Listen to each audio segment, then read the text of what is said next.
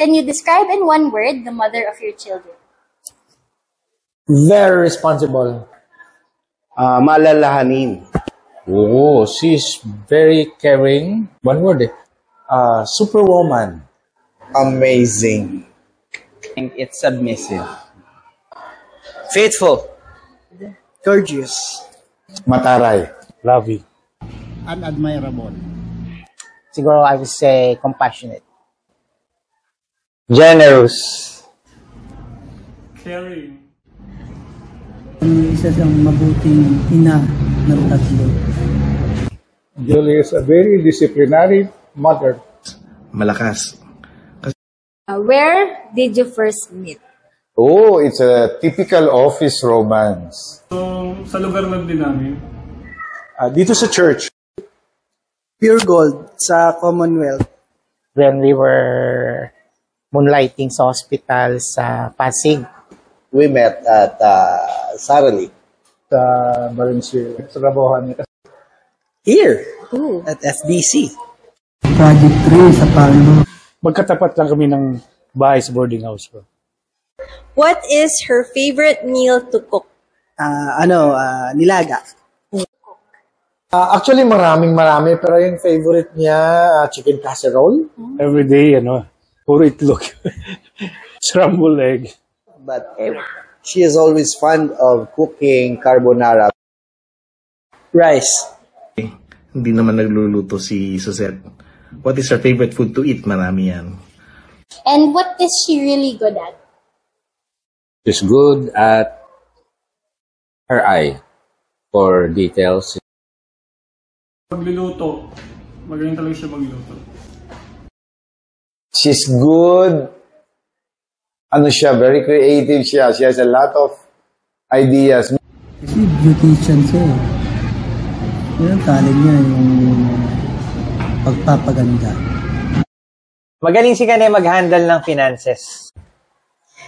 What does she like to do in her leisure time? She loves to sleep and be with me and Rafa. But I think she likes to tidy up things.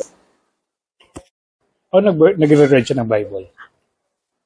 Yung pampering namin sa kanya is spa. Massage. Coffee. Ganun. Mahilig siya manood ng Korean novela. What makes her angry? And describe her when she's angry. Mataray. Hindi nagawa ni Jasper yung assignment agad-agad. Naku, madami. Pag hindi ako nakikinig sa kanya. Pag wala akong time sa bahay, isa kasi inuna ko yung basketball pag galing sa trabaho. Nagbubungangaan ako. She's angry whenever I don't listen to her. It's scary. Pag nagalit si Julie, matindi yun. Hindi ka titigilan. Si Kane, pagka nagagalit, tahimik kasi siya. Usually, si In magagalit pag masyadong pressure sa work. Hindi ka na niya inumikan. What's the best advice she has ever given you and or your children? To take care of our health, of course, no? Pray every day and read the Bible. Sinabihan niya ako not to be worldly, and that's a good reminder that time. And kailangan yung mga bata matutong pumili sila ng mga friends nila. To be loyal to your family and really fight for your family. Show your emotions or verbalize your feelings. Isa sa akin lagi sabi na always be calm.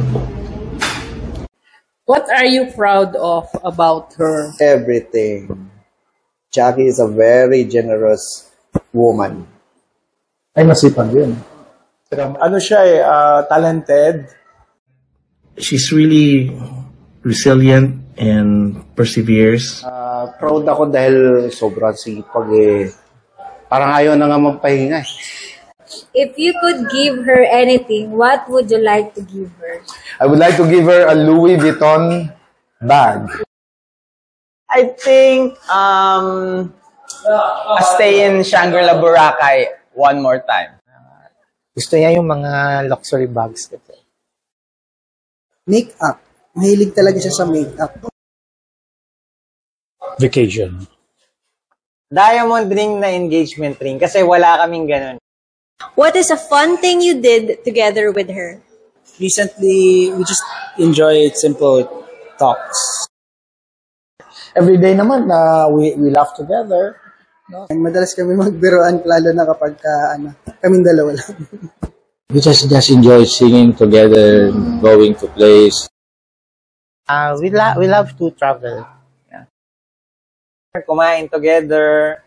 Yun, at mag-pray together. Lastly po, can you finish this sentence? I thank the Lord for Mom because She's with me and she's stuck with me. She's loyal to me and she fights for me. Salamat dahil lagi ka nakahandang umunawa sa sitwasyon. Dahil isa siyang mabuti na asawa na tinanggap niya na kung sino ako, kung ano ako. Dahil dyan siya para mag-support, malalahanin. She is a gift from the Lord. Hi, Mama. Happy Mother's Day. Hey. Happy Mother's Day, Barbie. I love you. Happy Mother's Day sa iyong. Happy Mother's Day, George. Thank you for everything you've done for us, ni kay Kyle. So, Happy Mother's Day. Happy Mother's Day. Hello, babe, Karen. Happy Mother's Day. Mami, happy Mother's Day. Hi, Kane. I love you. Happy Mother's Day. Happy Mother's Day, Clarice. Love you.